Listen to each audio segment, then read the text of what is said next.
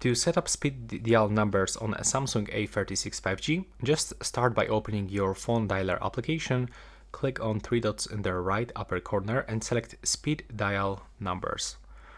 Then by clicking here you can pick any number that you want. Let's go for example with number 10 and click here and input the number that you want. There we go.